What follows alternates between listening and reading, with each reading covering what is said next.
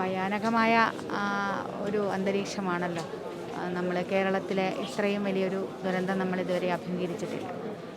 ആയിരക്കണക്കിന് നൂറുകണക്കിന് മനുഷ്യർ അവരുടെ ജീവൻ നഷ്ടപ്പെട്ടിരിക്കുകയാണ്. ബന്ധുക്കളില്ലാതെ ഉറ്റവർ നഷ്ടപ്പെട്ട ആളുകളാണ് ക്യാമ്പുകളിലുള്ളതൊക്കെ. അപ്പോൾ അവരുടെ വേദനയും വിലാപങ്ങളൊക്കെ നമ്മൾ കേൾക്കുകയാണ്.